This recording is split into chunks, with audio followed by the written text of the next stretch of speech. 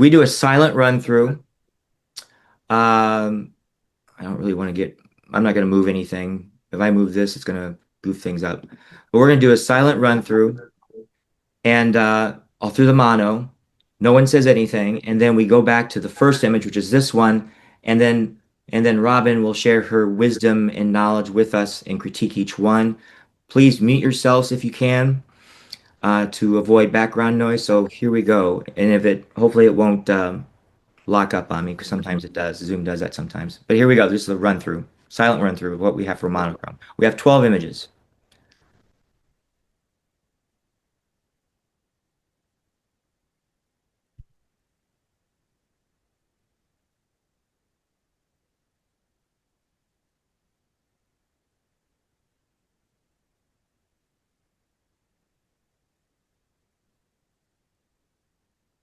Nope.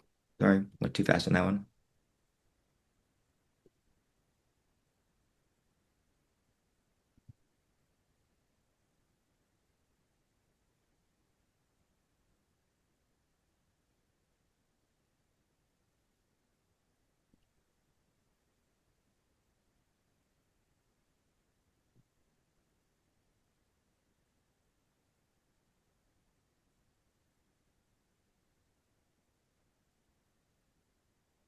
Okay, that's the last of the mono, and I'll go back to the first one, and I'll say the title, and then Robin will proceed to share her wisdom.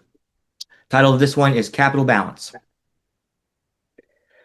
The title, obviously, well, there are column capitals and it's very balanced, but it speaks to the geometry, the symmetry of the interior of this lovely architectural creation. And when we look at it, it's like both sides of our brain are being harmonized at the same time. So I think that's a experience that I had from this image that I really liked.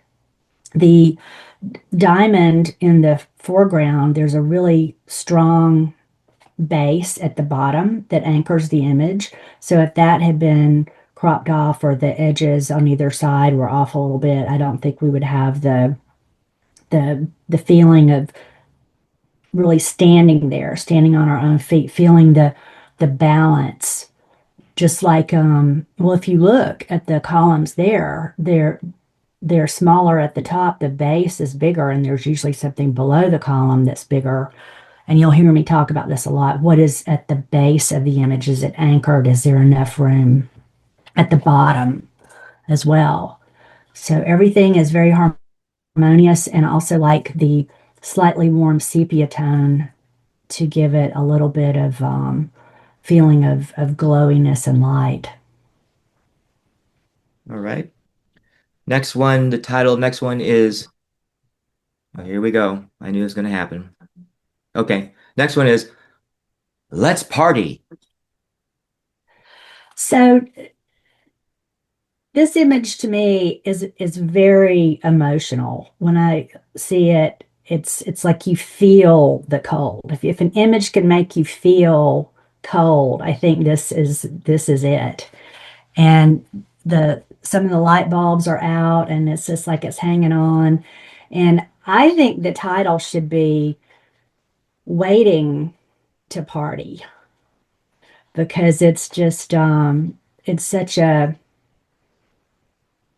emotional, even mournful image, but you can imagine it on a better weather day, a better time of the year. So really, this was an image that made me think, and I loved the actually catching the movement of the rain or snow to give it that texture, and it has a sort of a grainy infrared film feeling to it that I like as well.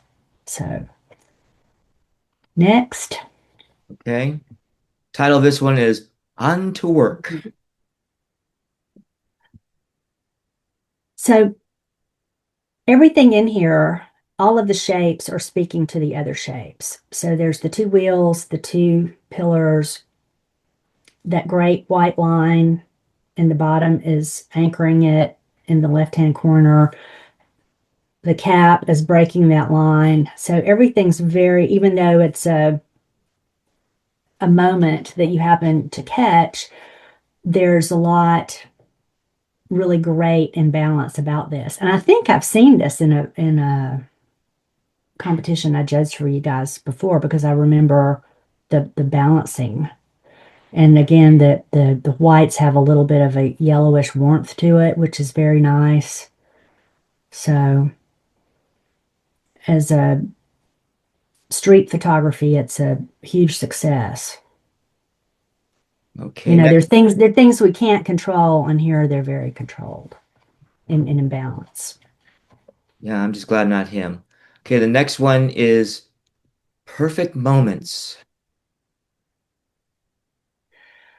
I want to see the thumb. I love the idea. I love the two hands, the small and the large hand. I like the that great line from the bottom right hand corner leading us back to the little hand. And even the shapes in the back or in the clothing or the fabric, they're swooping around and bringing us back down to the moment where you see these hands together. But because the thumb, I think that's a thumb, because it's right there closest to you. If we just had a little bit more of that hand, well, number one, we would get the feeling of the smaller hand in the larger hand, which I think would go back to illustrate the emotion and the idea of your title. But I don't know if there's another image or if there's any any more room left where you could regain that the the adult thumb. That would be great. Right, next one is Sapelo Island Lighthouse. Great scene. The lightness of it. It has again an infrared kind of feel, so that the grass and the trees and bushes do not detract from the architecture. Obviously, the star of the shot is the lighthouse, and if you had a lot of color or if you had a lot of like really deep saturated greens, like digital green can get very overpowering. I love it that we don't see that because of this monochrome decision. I love the film edge that's been included here, the wispy cloud coming from the lighthouse. It's just very, very nice scenic. And it lets the everything is leading back and supporting the tower. So very nicely done. Right, next one is Shrimp Bones in Darien. If I said that right. Darien. Darien, thank you. Reflections are just beautiful. So, I mean, you have to say that the reflections here are the star of the show. I mean, the fleet of shrimp boats, you know, very iconic. Seeing them in black and white lets us appreciate the shapes, the repetition of shapes, the boat, boat, boat, the mast, mast, mast. And then we get it again, even more repeated in the reflection. So again, it's like both sides of my brain feel like they're being balanced, and I'm happy when I'm looking at this. I like that there's more weight at the bottom, so we have a feeling that it's lifted up. If you had cropped any closer at the bottom and there was more sky at the top, it would feel unbalanced. So everything here is very harmonious, and I like that there's not any other thing that's really detracting from the scene. All right, the next one is Sneaky Kisses. So this is a very candid moment. It's like somebody that we know. It's a friend or family member. It's that moment, and you sort of have that feeling that you're peeking through. I would like it to be a little bit sharper on both of their faces. I love the negative space between their noses and between their faces where you start to get the classic, vase negative space thing that's so cool. If you wanted to really, really empower that, crop it as a square. There's a lot of negative space at the top that's not really serving us. But if you crop down just to the very, very top of his head where you got the tension or wherever, because it also, if it's a perfect square, that's going to ignite all of these other shapes. So, I mean, just for me, looking at it from here, lose the negative space at the top, and then the negative space between them becomes totally energized. All right. Next. Next one is the House of Shells. So that looks like the shell from Santiago de Compostela. I think that's like the sign of the uh, pilgrimage route or something, if I remember correctly. So that's the first thing I look at. It's a cool symbol and shape, and because if it's in repetition, my eye goes to that. Then I see the two figures, which are wonderful. That becomes another whole part of the image for me to enjoy. And I think I would like to see, if possible, more of the other doorway, or maybe if there was more of the doors on either side. So again, we could go back into a square.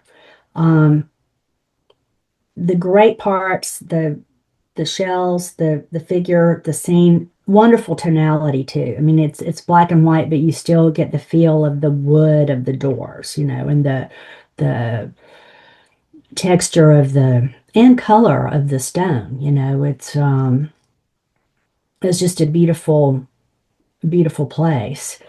But I want to see more of the doors on either side somehow. Even if it's going to make them even a little bit smaller, that's fine. Because this is a great example of having people in your image as part of the design of the overall image. And I think that's fascinating. It's not just them centered right in the middle, which would be interesting, but it's so much more interesting like this because they're part of this whole experience. And they've been used as a design element with everything else. So I like how you're starting to balance all of these different things, and then they're just there as a little special human part. So it's a great image, and I know it's picky to say you want more of the doors, but there's something about that arch and that they're going that way, and that I just anyway. Next. Okay. Next one is Thin Air. Very, very graphic, dark blacks, bright whites, and on my version that I looked at, I could go in really close and I could see that there was detail in the highlights, although it was very contrasty black and white. But that adds to the impact of it. So I think the tonality is a creative choice to make this just be like pow. And if it was in color, it would not have this majesty. And then that spooky cloud coming in from the left and the shadows on the left, and then the two figures. And I like that there's two because you see the distance. And this is a great example of the relationship. Everything in your image is in relation to everything else in your image, right? So the little figure is a nice repetition that talks to the closer one, and we get a sense of scale and distance. And again, it's a very well designed graphic, contrasty black and white that's done beautifully. All right. Next one is Time for a Swim. So this I'm seeing is similar to the the first image. And there's so many elements here, it's not as successful to me as the first one because while there are these great shapes, the two stairs coming down, the box grill thing, I mean, all of the different things going on, and it's getting lighter and foggier and softer as we go back. There's great atmospheric perspective. But these bushes on the left are sort of acting like mood killers for me. It's they're not pretty bushes. And because there's so many little things, they have as much power as everything else, right? So I would like to not see any of those bushes and just see more of these shapes, and that's sort of what happened with the other version, I think. So I would prefer that. All right, next Next, one is waiting out the rain. this is very, very moody, and this is a hard kind of photograph to do because you're looking at a picture of a very cute, very cute baby. And when you see baby pictures, it's like, oh, that should be somebody that I know, right? But this transcends. This is not about, I have to know who this person is. This becomes a moment when it could have been my experience or any of us when we were little, and we're looking at weather. We're looking at something maybe we don't understand. Maybe it's scary. It's something outside where it's not the sunny day anymore. What's going on? And the fact that they're looking in the direction, and then the shadows of the rain are coming down, it becomes very evocative. So I liked this image a lot because of the message. There's information of really, I'll go back to the human experience. I mean, when you were little and it's storming outside, how did you feel? That's it. And the title, there is waiting. We know things are going to change. We know the weather's going to get better. We know the child is going to grow, and it is this very powerful moment that will quickly pass.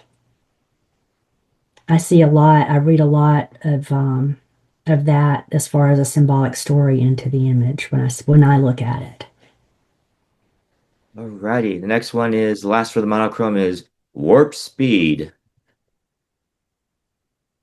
So this is again, this high contrast black and white becomes a graphic design. It's a repetition of shape, yet it's not flat. We still have the sense of space, of perspective going back. So I like how it's um, contained within the image area. It's a very beautiful 2 to 3 ratio, which empowers these shapes, which makes them more enjoyable for us to look at, I think. You've heard me talk before about your image ratio is it a perfect square? Is it a panorama? Is it 2 to 3, 1 to 2? The shape of your image area is very important, and that adds to the success of this, of what we get to see within that area and then what we don't see.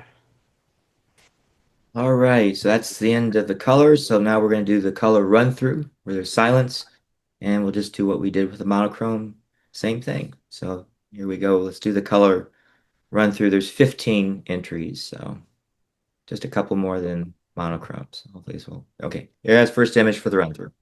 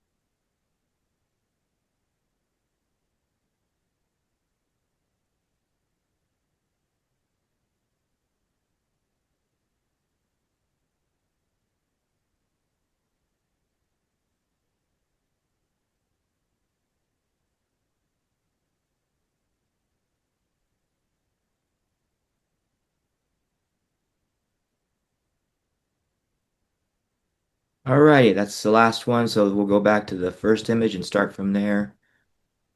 And let's see. Okay, it's yours, Robin. All right. So the light as the color of light.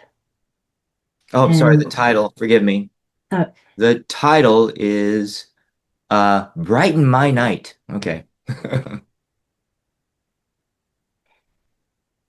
very simple, total black background that it's glowing, that it's looming out of. We have this real sense of the whole room and what's maybe there that we don't see. There is a bit of a mystery. We're only allowed to see the back glow and then what's the metal that's highlighted. And it becomes very flat. It becomes pushed forward into your face. It's this very, again, this very graphic shape. And it's good. It's fine. If you wanted to see something else in the room that was lit by this, it would completely change it. It would give it this feeling of depth. We would go to some point back in this room and see something else, and it would not be this in your face graphic repetition of lines and all that. So that's very pleasing. It would just be different. And I think, but as photographers, we have a lot of power to give people experiences to let them see depth or take away any other element that could be in this shot. So that's definitely something to think about. Next. All righty. Next one is bubble tea.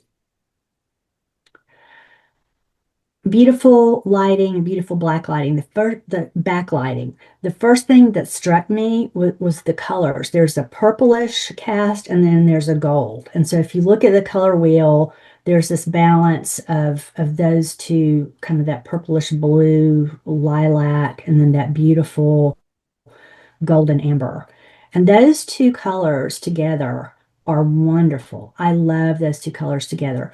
We don't see green in the background. If it was like a bunch of, I don't know, something like leaves or something in the background and it was this green, it would destroy the mood. So the color is doing a lot to create the magic of this lighting exercise, right?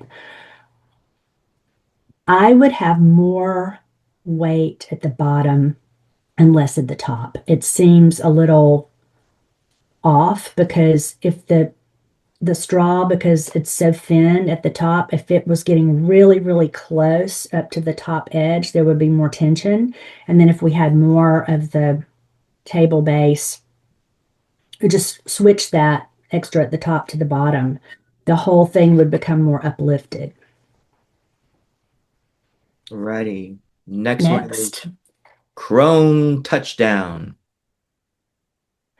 So this has a nostalgia, and I think it should. It's a amazing thing. The wheel is still up. It's right in the center, so it's very much documenting this moment. So it's a documentation of this moment in this amazing plane. It's parallel to us. It's contained. The background is simplified from the motion of the blur, which is very, very well done.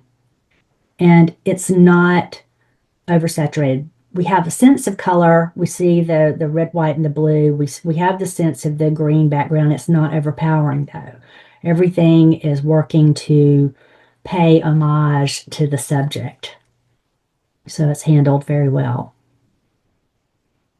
All righty. Next, Next one is Going for the Basket. the moment, the forward motion, the eyes, the expression, the concentration, the foot off the ground, all of that. I'm really getting into it. Even though the people in the background are softened by depth of field, which is good, when I'm looking at him, I start looking at them. So they are disempowering the subject. They could either be blurred more or there could be a different background, but then you wouldn't have gotten this great moment. So the moment, mwah, superb. Is there a way to make the background a little less distracting? Maybe by blurring it, I would say. I love the moment. I love the the intensity. Next. Next one is holiday blasts. We experience this with the people that are there. They're not looking at us. We do not see their faces. We don't know who they are, but we become one of them because they're the observer. They're looking at this scene. It's very sharp, but there's also a soft glow to it. The separation between the figures is just really, really mwah. And they're not overlapping. If they were some were overlapping, or if there were other people behind them, and you just didn't get that wonderful outline, it would not be the same. And I like how they're enraptured, right? They're looking at the scene, and we become one with them. And the figure in the right is leaning in, and it's a very simplified image. There's the what do I call it? The plane, the plane of the fireworks in the distance. The horizon just kind of fades. It's not distracting us, right? There's nothing else to jar us out of the scene to take away from the fireworks. But I love the place that it's cropped. We don't have to see them sitting on the ground. We don't have to have any foreground here because we're just sailing over them and we're sailing through those negative spaces between them into the scene that we're all enjoying together. So I was very, very entertained by this. And even though it's a very exciting and colorful thing, I found it also very relaxing because there's not any other elements to jar me out of this reverie of this moment. All righty. Next one is light in the rain. When you first look at an image, you have this experience. And this to me it became somehow like two experiences in one. First, your eye goes to the concentric circle. It's a little bit soft. It's the closest thing to me, yet it is not the softest thing, the sharpest. It's a little bit soft, possibly from the motion blur of the water moving. After you go there, your eyes jump up to the back, and there's no horizon line. It's just all of this is right up to the top. There's all of this energy, boom, boom, boom, and then it hits that top edge, and we go, boom, we come right back down to the center. So when you look at these images, like we're talking about them this evening, you think about it as like, what is your eye path? What is your experience when you go in? So it's very intense. The colors are electric. There's that electric purpley blue. Again, there's no other colors than the ones that are given here to distract us. And it is a very intense experience of what the photographer wants us to see and feel. All righty. Very good. Next one is, I hope I said this right. I don't know the thing. I got OBX Sunset. So Robin, correct me if I'm wrong, because that's what the title I think said. But OBX Sunset. I think that's right. Okay, I didn't know. I was sure I missed something there. Colors of nature, very relaxed. The two boats that are the really bright red and green, because of the primary nature of those colors, the red and then the primary red and then the intensity of that green makes me look there. So if I didn't want to look there, I would just desaturate those colors. All the rest of the natural colors in the scene, I think, are very relaxed. There's this wonderful repetition of all the little huts going back, great clouds. The horizon is nice and soft. It has not been over sharpened. One thing I would ask, and this is a question, do you want to see the horizon line through the huts? And I think I do because all of those huts are becoming on one line because of how the horizon line is going through them. If you were a little bit lower, you would see the horizon going through them, and then that would create more of a little musical up and down feeling of how they related to that line in perspective. So I want to see the horizon through those little, I know it's very picky, but anyway, I would be interested in what y'all thought about that. So next, Alrighty, next one is over the top. that is very intense. And the cloud, I almost see this, and I'm one of those people that I see things in clouds, right? But I almost see this like figure of a person, like a kid with the face and their arm and their feet and all that. So there's all of the stuff going on in the cloud. The cloud is the power that has been, expelled from the plane. So I like that the plane is small, that there's this wonderful arch going on, and then we get to enjoy the shapes and clouds. And it's a great composition. It could be a little bit tighter at the top. That would empower that arch of the cloud even more. But we're seeing again this negative shape in between the plane and the cloud, the distance from the cloud to the edges. If there was a little bit more tension at the top, then it would be even more in your face. And to me, this is interesting because it's not just a plane right in the center. It's the plane and the energy of the plane that we're seeing. And it's off center, but still very composed. Alrighty, next one is reading the clouds.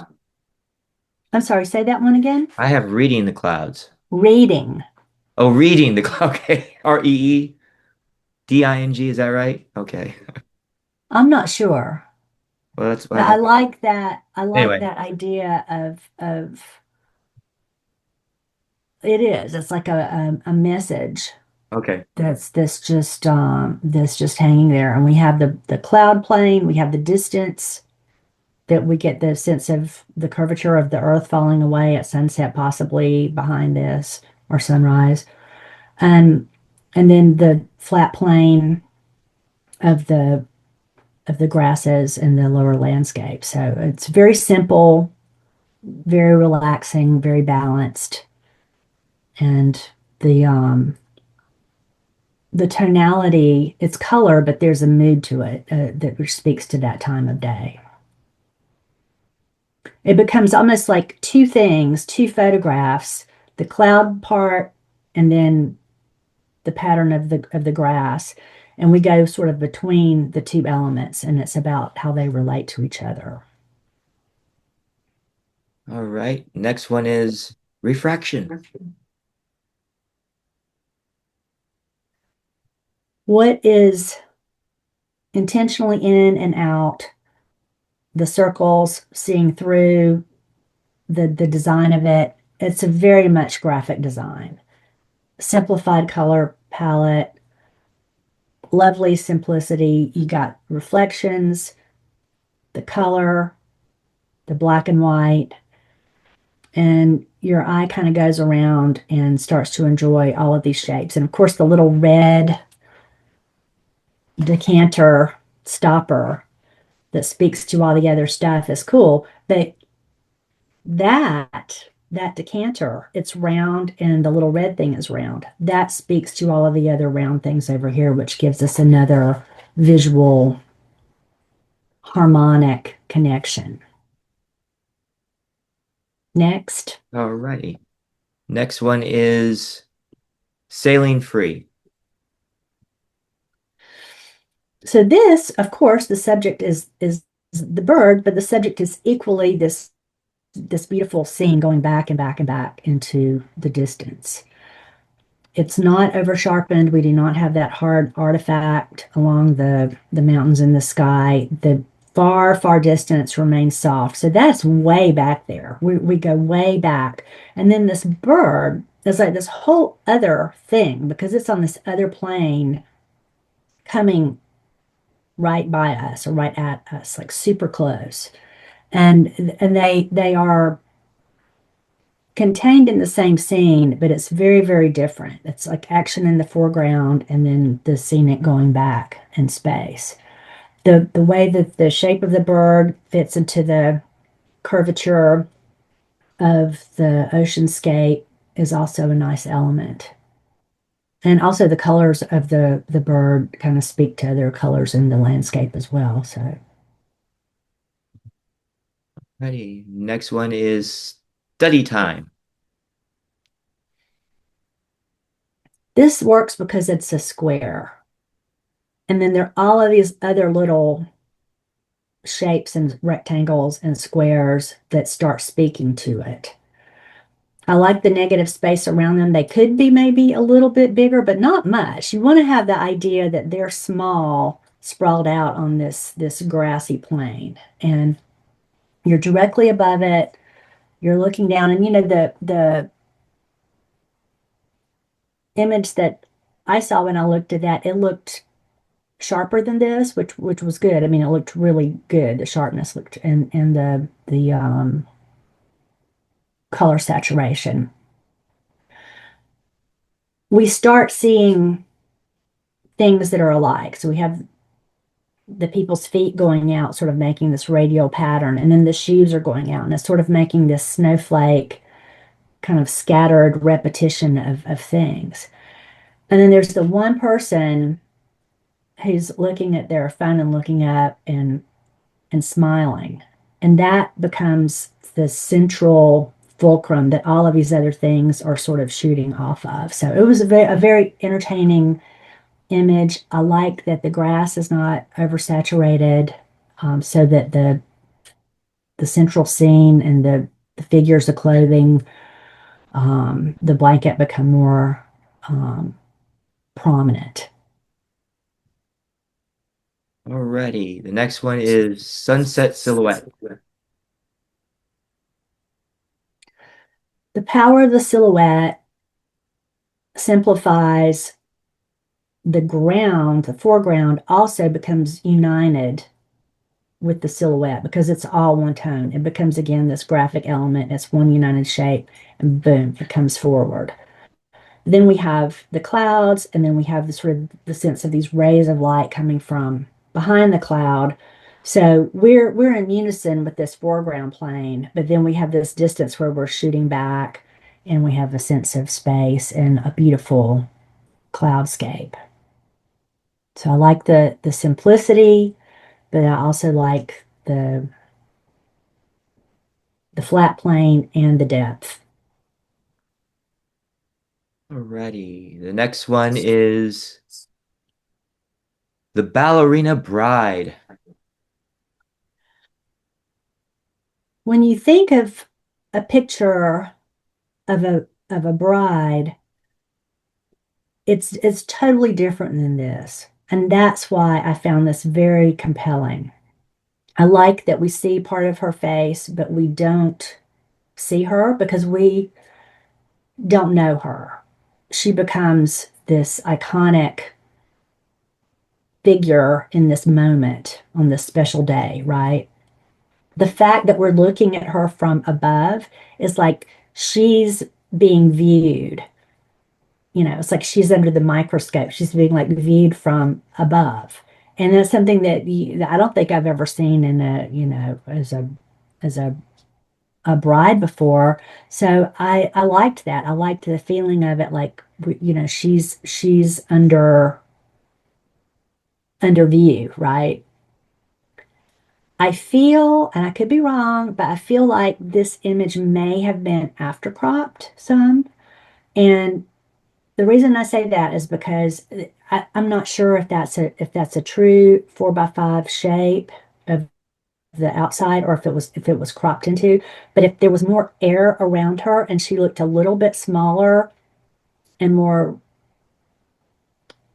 in the scene, if she was in more and there was more around her. For example, the point of her toe is intersecting the right hand edge.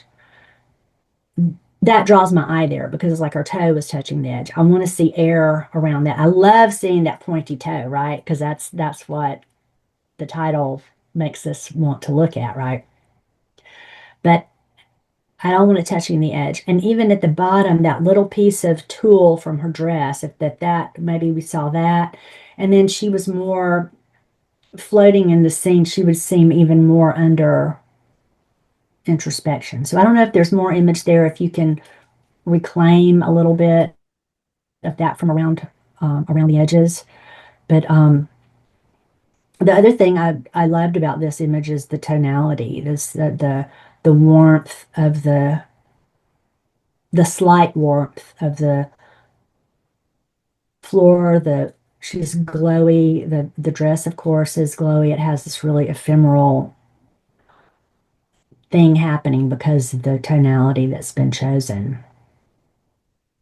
And I also like the sharpness. It has a feeling of softness, but yet it's sharp.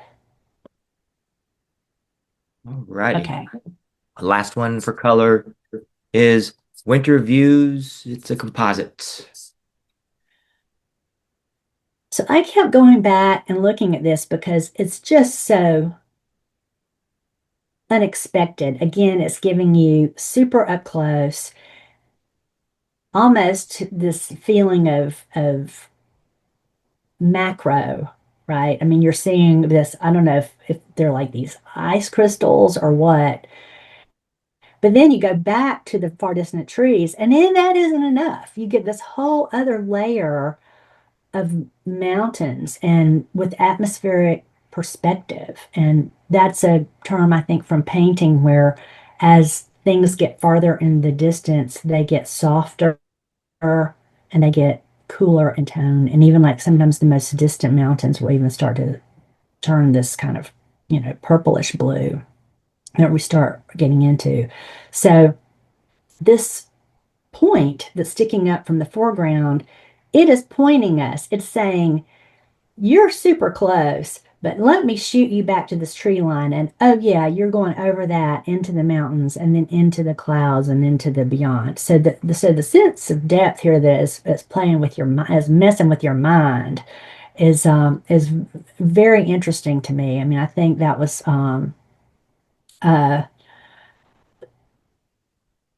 a great thing to try, and the blurriness that's sort of in the midground, you just kind of hop over that, it doesn't even make sense because it's like something even farther would be blurrier, but no, they want you to have that experience of the distance. And so that middle line of blurriness is hiding something that probably is not going to add to this experience. But it doesn't matter if it's reality or not, in my opinion.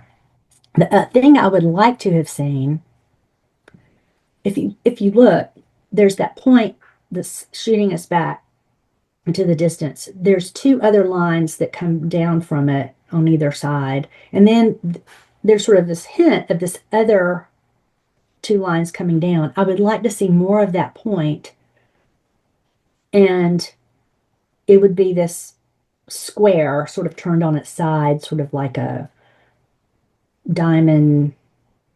I don't know.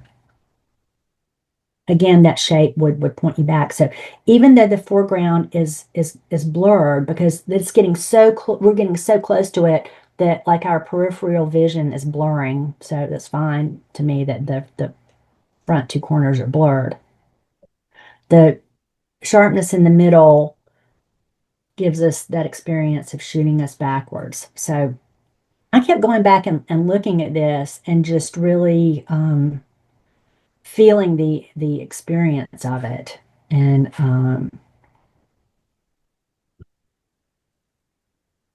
yeah, and any of these images that I've talked about, y'all, if you guys want to make a comment, if you have a question on something I said that you need clarity on, y'all please ask me. I would love to talk about them some more. Alrighty, so we do already know the winners. So let me do that, and then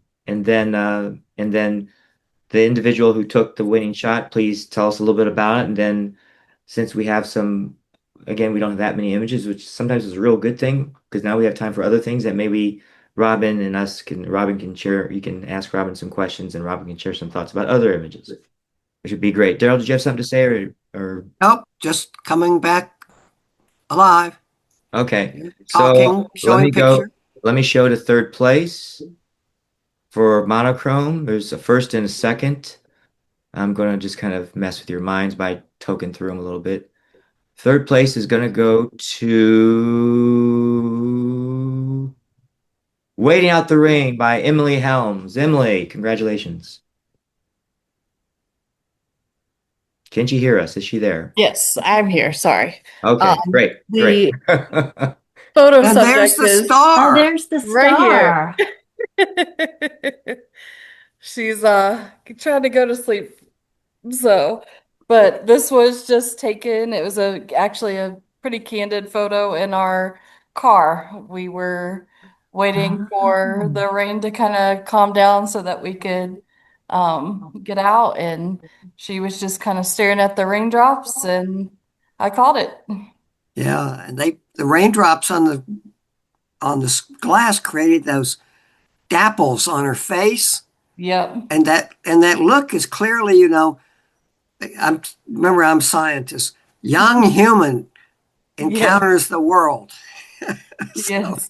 yeah, This reminds me of the photograph I took of the little cub looking at the butterfly in Africa, where they're discovering a new thing in life. And it kind of reminds me of that photograph I took years ago. yeah, I wonder and remember awe. that one. Hmm. Yeah. All righty, great. Yeah, I love the background and the mystery. It's almost like a mystery behind it. I think the background gives Hmm. a really interesting mystery in the Hmm. lighting. So anyway, so the next one, second place is going to go to, let's see here, uh, Thin Air, and that's me. Uh, this was taken in Nepal, and this was actually on the way to the top of Island Peak, which is 20,300 feet. And that's a small mountain in the Himalaya, by the way. And that's the same height as Mount McKinley. Or, yeah, 20,000. And Denali. Mike, this was taken when, and is it film? It's on film. It's 2000. Yep. And I didn't have time to composition. And actually, when you're that high up, it looks monochrome in many ways because the sky is sometimes really dark. Are, are you on oxygen? No, not no. No. It was available, but I wasn't on it at the time. Were you dizzy? Well, no, I already had my altitude sickness in this town called Parishay at 15,000 feet. And that was awful. Mm. But I didn't have to get sent back or had to stop. So fortunately, I felt once I got through the day, or actually 3 days of feeling like I wanted to barf all day, feel like a pee in a can. I felt much better because I recovered, and so I felt better than some of my compatriots, my I, peers trying to climb it. I gotta say that would scare the living daylights out of me. You look Yeah. on each side, and how many thousand feet down is it? I don't didn't want to think about it.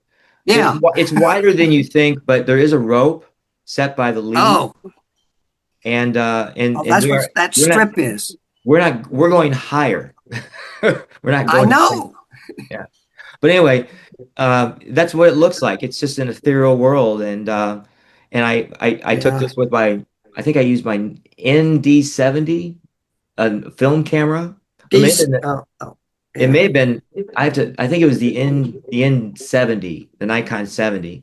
yeah, yeah. And I because I had gloves on I didn't really care about composition. I just wanted to get a shot. I just took the thing out with one hand and shot it with one hand. I had to manually adjust it because the autofocus wasn't Oh, working well. I haven't Now, seen it in a while, but But seen anyway, it. if you're hanging onto that rope and you slip and fall, you're just going to swing out over the abyss. yeah, you're done for. That's true. So But the rope is kind of a false uh, comfort. well, it's a very important comfort. It's a real comfort. It's needed. But anyway, so but yeah, I am not going to do it again. But I'm glad I did it that one time. Yeah. So, but it's you don't think about composition. You're just trying to take the shot because we shared each other's photographs, and so you know that's just the way it worked out. But it was a quite an adventure. It took about 30 days to do the whole thing. So, but anyway, that was quite a trip. Okay, the next one, the winner. The winner. Let me see here. The winner is gonna be, I'm not sure who it is. Uh oh, that one. It's Daryl Neal. Oh, not that one. There it is, Daryl Neal. All And right. So it's called Let's Partay. my extended family has started having family reunions in middle of January at Martin Luther King Jr. National Holiday time at some state park in Florida or Georgia. And this one was Alabama. It is Lake Point State Park. And we got there and we looked at what the weather forecast said, and the forecast said snow. And I got up in the morning, and that's what greeted me. So I'm standing on the deck of where we were staying, this cabin with a big telephoto pointed out there. And as Robin said, it was kind of sad. Here are these lights. They left the lights on, and they're just waiting for someone to show. And I can't remember what I ran it through in Photoshop, but it just made it look even more melancholy. There you go. The mood hits you right when you see it too. It was Yeah. very And it powerful. was snow falling, and it's go granular on those seats. You can see it. Yeah, I was happy. I love the choice of tonality, Daryl. Perfect Yeah. choice of tonality. I think this is one of the best shots you've ever taken. That's my humble opinion. Well, thank you. I It really was think fun. I really think it's wonderful. I like the graininess. You didn't try to clean it up. I mean, the snow gives it a It thickness. was useless to try to run Yeah, denoise on it. it's very it really gets your attention, and yeah, Yep. it's really I think it was the best shot you've ever taken, in my opinion. One of them. The fact that it's all so grayed out, even the blacks are sort of like maybe like a 80 to 90% gray because of the snow, but then the sort of the dark grayness of the sky, that's what makes the glowiness of the Yeah, I'm light not sure it's the bulbs. sky. I think that may be the lake is in there, and The lake. But it was all whatever's just behind the light bulbs, melancholy. it's Yeah, what's boy. making the light bulb really glowy. Yeah, Uh-huh. yeah. The lights really make a big difference too. So excellent, Yep, that was it. It wouldn't have been the same without the lights. excellent photograph. All righty, now we go to the color champions for the day. Let me Rambo to over here, and of course, we're not sure which one it is. I have to think about it. No, I'm just kidding. I didn't mean to say- Let's see. Third place goes to that one, Winter Views by Emily Helms. Emily, again, All right. Two ribbons. where where were you? So this was taken, it's actually the step to a cabin that we were in Pigeon Forge, Tennessee. And I walked out and I really liked the look of the ice crystals on the step. So it's two pictures. I did the foreground in one and then the background in the other, and I combined them to make this composite. And was this last month in the time of snow and ice? No, it was in December. Oh, Hmm. a little further north, ice earlier. Yep. Well, and up in the mountain. So, Oh, yeah. yep. I have to say that I probably would not, this doesn't appeal to me, but after Robin described it, now it appeals to me. I think she really did a good job of explaining the the feeling and the nature of it and the use of depth of field. So I changed my mind. I think it's well done. So I've been enlightened.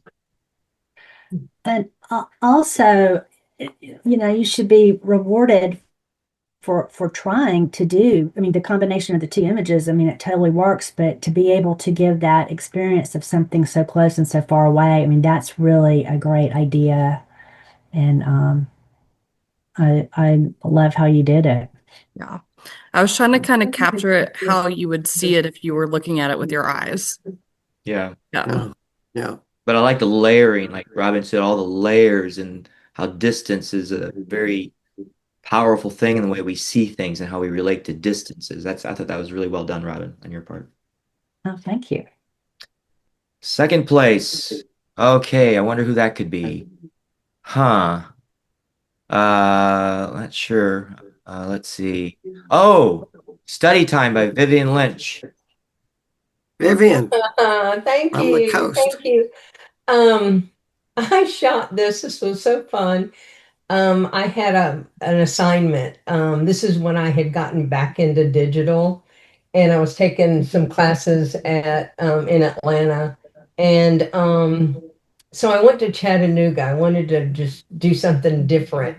And there's that walking bridge that you go across, and I saw them.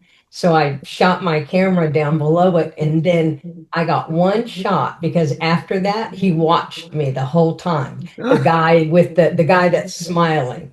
He would not take his eyes off of me. So I did not do another shot because I wanted it to be real natural, you know. So it So was a you're on a bridge? yes, mhm, on a Ah, walking okay. bridge. Besides, he was a creep. Yeah, yeah, exactly. Serial But killer. but it was they were perfectly positioned to Oh, where I mean they were right below me. It was just I couldn't have set it up better, you know. yeah. So it's one of my favorite shots that I've Look I at really this. done. like this a lot. It's got a triangular shape to it. I really like it. I really like this one. Look at the shoes scattered around it in sort of that Yeah. Mhm. pattern. That you notice that. I That's really thought you posed it. It Yeah, looked so they good. were serious and they were all into their work and until the Yeah. guy looked up at me and saw me with this telephoto, you know. I want her. Yeah. No, this is I'll be honest with you. I mean, if you had a gallery and it was about outdoor and the theme was people being together, this would be in a gallery. I really like this. I think it's Oh, thank fabulous. you. It's Yeah, the fabulous. Well, it square was, And crop is nice too, and not as Robin noted. yeah, and oh, thank, not saturating the green was a very good point as well. oh, thank you. It was really neat because my homework assignment, when I turned it in that next week, the teacher asked me, he goes, "Can I keep this for one of my samples?" And I went, "Oh, how cool is Oh, that?" really? Yeah, it's great. It's Yeah, great. so that was Cheers neat. you up. It It does. It well, does. I wish more people would do this and stay off their smartphones. But anyway, how's the date with that guy? I'm just kidding. I had to say that. Anyway, I love the What story is behind it. what was your so when you did this, did you know at the time that you took it, Vivian, that it was going to be a square? No, no, but I made it a square not long. I mean, once I was editing, but not when I shot it. And really, there's nothing else in this image except more grass up and above and to the right, a little bit to the left, not very much. And then I winded up cropping it square. Well, I think the square is a good choice, like Robin said, because also the thing they're laying on the red is also kind of square, so it fits. It kind of gives it some depth. This the square does, it energizes all the different shapes. And then this is Yeah, also, I want to say this that I really think is important to note. You could have cropped it as a square with them right dead in the center, and it would not have this energy because they're off to the edge. I mean, there's plenty of space around them, but it's like flying off, like, this it all becomes like this one kind of spinning, energized shape. If you had put it right in the middle and cropped it dead center, it would not have this spontaneity and breadth. energy. Yeah, and breadth So of there. cool. Yeah, yeah.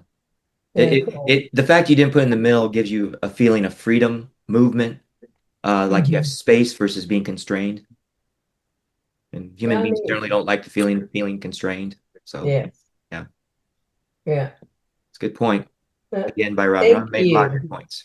Thank you. And I have to say this, Robin, I sure missed you because I learned so much from you. And it's just, oh, you're just my heart's just going 90 to nothing because I learned so much when we have this. And this is why I rejoined this group because now they're doing it Zoom. So you learn so much in here. It's just incredible. And but I've missed you Oh, thank you. on your critiques.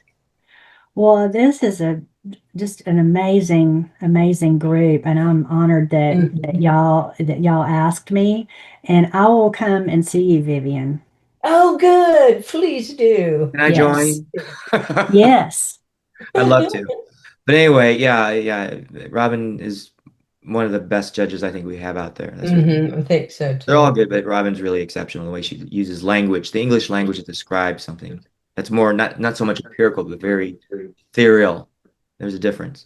Anyway, Yeah. first place, I don't know, let's see if I can find it here.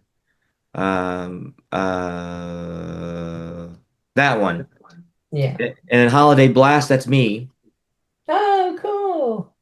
I took that. I think the best place to see fireworks is at Ansley Park near the golf course. I used to live in Ansley Park, so and the fireworks are real close, very close. So you don't need a zoom lens. So Would they have been fireworks from Lenox Mall? no, these are fireworks literally shot on the golf course From near the golf course at Ansley. Oh, yeah, okay. near the Yeah, belt line.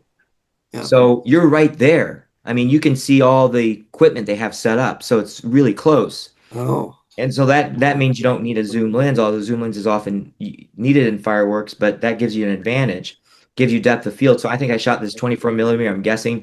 Now the five figures, shyness gets you nowhere. I asked them to move positions and I set them up to sit this way. I didn't know who these people were. And so I That's asked them, good. yeah, could you sit there? Could you sit there? Do you mind? And they were very nice. I said, when I shoot the picture, if it comes out, you'll get a copy of it. Yeah. So I sent them a digital version of it, and I just said, "Don't move," you know, because so that helped a lot. But yeah, I just fireworks is really fun to shoot. You need to have a tripod. You got to have a tripod.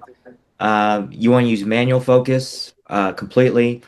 Shoot about f8, f16. F8's probably better. ISO 100, 200. And don't be shy. If you see somebody's going to make someone good in the foreground, ask them politely if they'll do it for you. And all five of them were just had a good time doing it. So it worked out really well. yeah. And you had to Yes. get a shutter speed that caught the fireworks without just the right moment Yeah, and left some light on the people so they're not simply silhouettes. You're right. right. Yeah, yeah, and I was very pleased. I was really pleased with the figure on the right. You get that blue and that detail in his shirt. Hmm. But you get a lot more light than you think in fireworks. So really the shutter speed generally is going to vary. Also, by the way, if you shoot when you stop down, in other words, in other words, higher f-stop, if you will, you get finer light lines, if you will. And this is a Fujifilm camera. Yeah. Uh-huh. So Got F8, the colors. F16. If I was shot F4, then the problem with that is the fireworks lighting would have been much larger and more broad. You Yeah, get that fine yeah, detail at F8. yeah. But anyway, this was probably shot at um, probably 1 to 2 seconds, but again, they didn't move. Were you shooting burst mode? I was shooting, I mean bulb, you mean? No, no, burst. Bam, bam, bam, bam, bam. Or you No, just no, no, push no, the no. button. No, I shot bulb. I could control the shutter timing just by counting. I shot on the bulb. Really? Yeah, yeah. That's how you shoot fireworks the best.